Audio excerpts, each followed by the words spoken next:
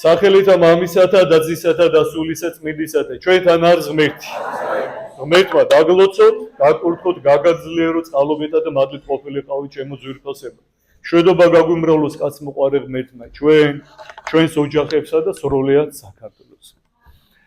ეხლა ვცეროდენეთ ვისაუბროთ სამოციქულოსთან და სახარებასთან დაკავშირებით. სამოციქულოში ხო უკვე გვესმა შესავალ ნაწილში რომ პავლე მოციქული ეფესოში გადაგებდა, შემდგომ უკვე იძულებული ყოფილიყო რომ გასვლოდა ეფესოს, რადგანაც იქ ძალიან დიდი პრობლემები შეუქმნეს იქაურმა ქურუმებმა, წარმართებმა და სხვადასხვა ადამიანებმა.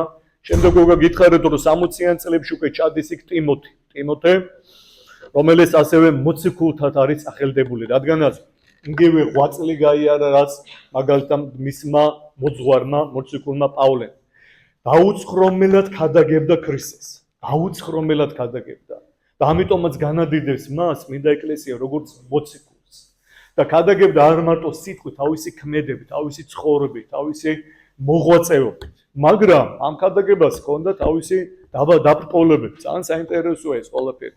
ანუ გითხარით რომ ეს არის ძალიან დიდი მეგაპოლისი, სადაც უამრავი ხალხია, აუარებელი სიმდიდრე არის, ხალხი თავის საქმიანობებით არის და ამ ყველაფერთან ერთად იყო არტემიდას ტაძარი, აი ამ წარმართულ სამყაროში ძალიან განთქმული იყო. აქ მიდიოდა სხვადასხვა შეკრებები, დღისით ხდებოდა შეკრებები და სავაჭრო ურთიერთობები იდებოდა აი აქ არტემიდას ტაძრის მიდამოებში. აუარებელი ხალხი ეკრებებოდა.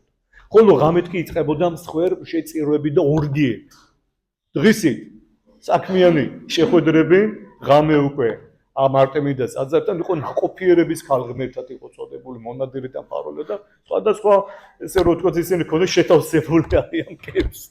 ხო და მიდიოდა როგორც გითხარით იყო ძალიან ისეთი კრემამოსილები იყვნენ აი ამ კერპისადმი წარმართები და დიდი გავლენა ჰქონდა. და საინტერესო არის ის რომ ახალმოქცეული ქრისტიანები დროდადრო მიიდრიკებოდნენ ხოლმე წარმართული წეშუალებებისაკენ. იმდენად გამჯდარი იყო ეს ძველი წეშუალებები ამ პიროვნებებში. და აი ამის აღმოფხვრას უნდებოდა დიდი ძალისხმევა სჭირდებოდა. და ძალიან დიდი ძალისხმევა სჭირდებოდა რომ მოციქულს რომ ქრისტიანებში ახლად წარმართობიდან მოციქული ქრისტიანებში აღმოეპყრა მავნე წეშვეულებები. ამ ყველაფერთან ერთად დაბრკოლებას ქმნიდა ორი რამ კიდევ. ერთი ის რომ თვითონ მოციქული ტიმოთეს მშობლები იყო, მამით იყო წარმართი ბერძენი და დედით იყო კიდე ებრაელი. აქედან გამომდინარე წარმართებიც წე უყურებდნენ, წარმართებისა და ებრაელების ისხით უყურებდნენ ტიმოთეს. არ უყვარდათ, არ მოწონდათ. აი ამის გამო. და მეორე კიდევ ერთი საინტერესო რამ, რაც აბკოლებდა მის ესე რომ ვთქვათ, რაღაცნაირად მის გადაგებას და დიდ მოღვაწეობას და იყენებდნენ საბაბად მის წინააღმდეგ იყო ის რომ ოდესაც ეფესოში ჩადის მოციქული ტიმოთე იმ პერიოდისაც იგი და გახდა ეფესოს ქრისტიანთა საკრებულო სათემოს წინამძღოლი, იგი ამ დროისთვის იყო დაახლოებით 35 წელი.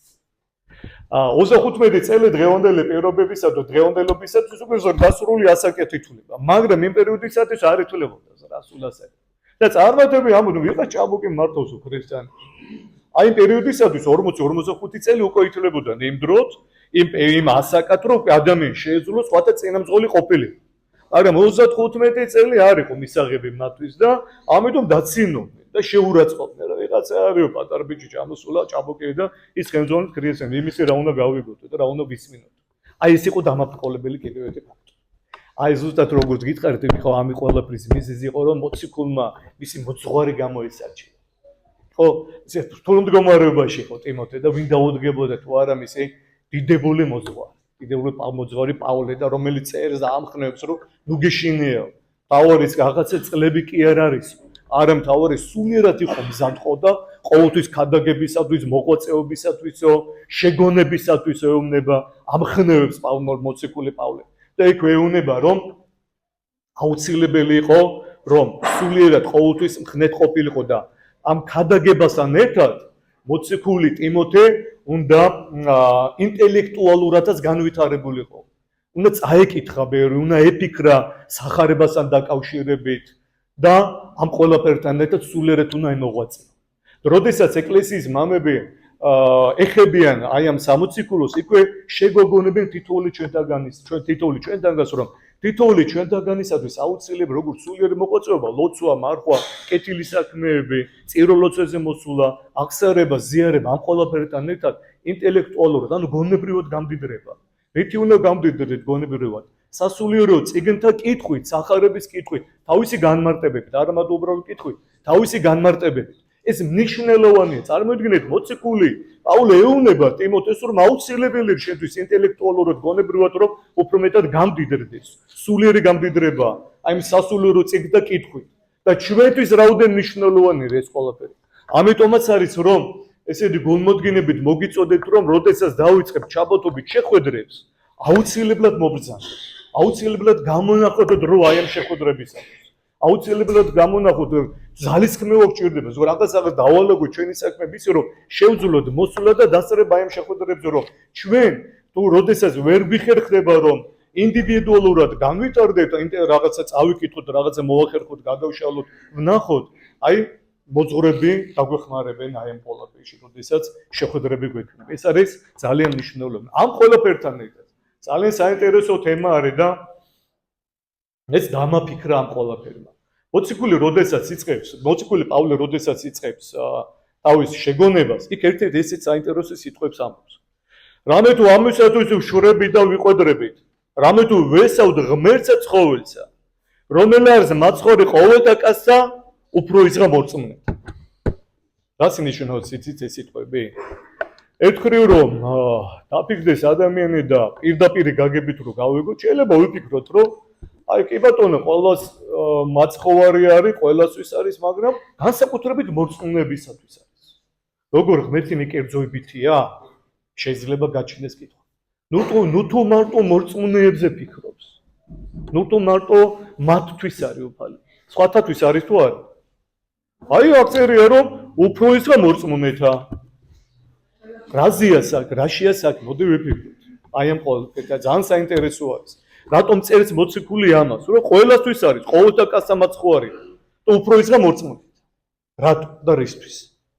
აქ ხომ გეუბნებით, ხშირად ჩნდება კითხვა, რომ ხომ არ არის საუბარი მიკერძოებაზე, ღმერთი მიკერძოებითი არ არის.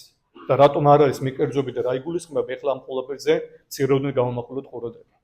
ერთ მამას მოაქვს საინტერესო შედარება. ავიღოთო, აი მეხანს როდესაც რაღაცა ცეცხლი ჩაქრობა ხდება და მეხანძრება. აი მივიდა მეხანძრე და აკრობს ცეცხლს და იქ არიან ადამიანები და ხდება ადამიანთა გამოყვანა.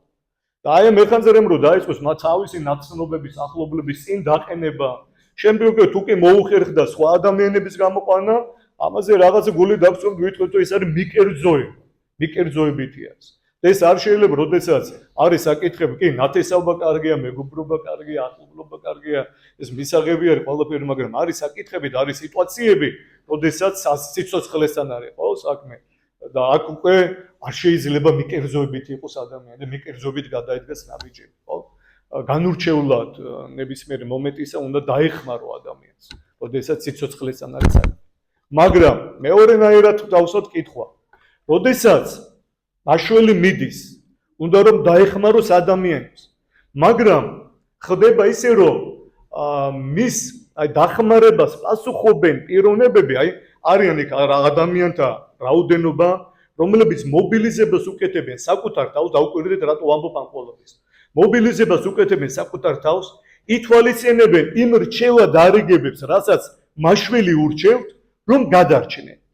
და არის კატეგორია პიროვნებების, რომლებიც შეშინებულები, ინდიფერენტულები არიან, უმოძრაოდ არიან და ვერაფერს არაფერს არ აკეთებენ. ვინ უფრო გადარჩება?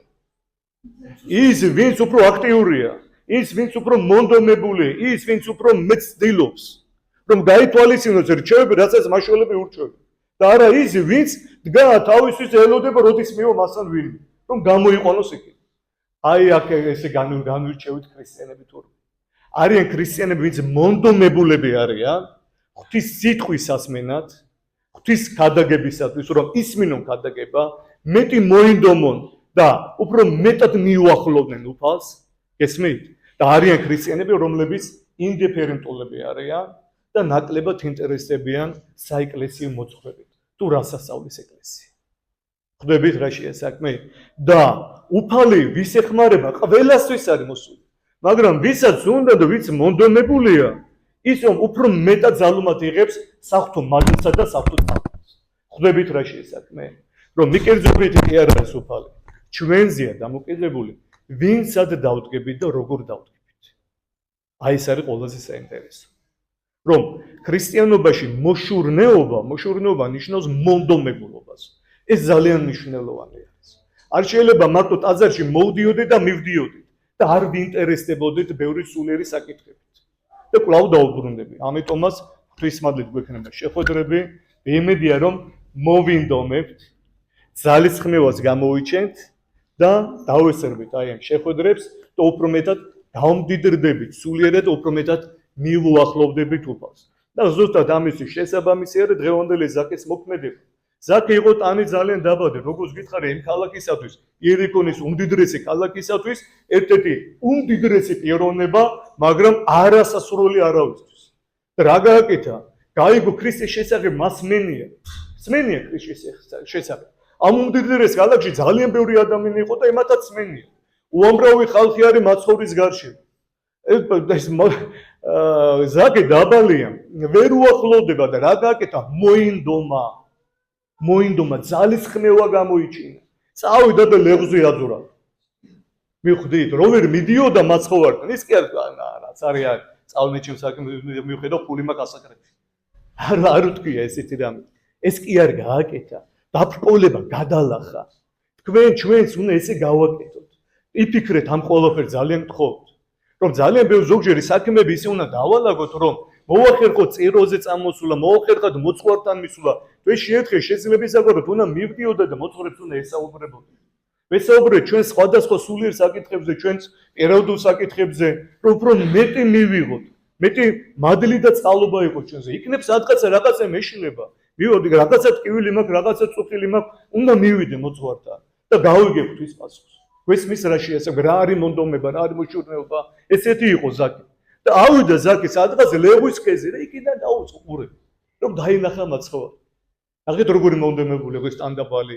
დიდარი ყველასხეს მიუღებელი ადამიანი და აი ამ უამრავ ხალხში გაიხედა და უთხრა დაუცა ხოლმე ჩამოდი მაგედან სახელით მე შენთან მოვდივარ დღეს არა ვიღას იმეებთან ვინც ახლოს იყო მაცხოვართან არა ყველაზე არასასურველ ადამიანს დაუცა მოქალაქებისათვის არასასურველ ადამიანს მაგრამ მონდომებულ პიროვნებას რომელმაც ძალისხმევა გამოიჩინა რომ ქრისტე ეხება და ჩვენს გვასწავლენ ეკლესიის მამები ძალისხმევა ლოცვისათვის საჭირო ძალისხმევა მარხვისათვის ძალისხმევა სახვწიროზე წამოსასვლელად ლოცვებზე წამოსასვლელად კეთილი საქმის საკეთებლად ძალისხმევა საჭირო მიტევებისათვის რომ ჩვენ მიმტევებლები ვიყოთ ჯერ ჩვენი ოჯახის წევრებისადმი მე უკვე ჩვენი ახლობლებისადმი ძალიან დიდი ძალისხმევა საჭირო სულიერი ცხოვრებისათვის უფალი გვეუბნება სათა სასופეული იძულების და მაიძულებელთა მეტაწონი ანუ ვინ სულიერ ძალისხმევას გამოიჩენს ის დაიმკვიდრებს სათა სასופველს აი ეს გააკეთა ზაქე გამოიჩინა ძალისხმევა ქრისტესთან ურთიერთობაში და მიიღო კიდეც მადლი და წყალობა და გვასწავლენ ეკლესიის მამები რომ როდესაც ჩვენ გამოვიჩენთ სურვილს მონდომებას და ძალისხმევას ქრისტესთან ურთიერთობაში მოვა ჩვენს გულებში უფალი გაიხსენებათ ჩვენს გულისკარი და მოვასტუმროთ მაცხოვარი და მივიღებთ საღვთო წყალობას და საღვთო მადლისა ღმერთმა დაგლოცოთ წყალობა და მადლი გაგიმრავლოთ კაცმოყარე ღმერთმა და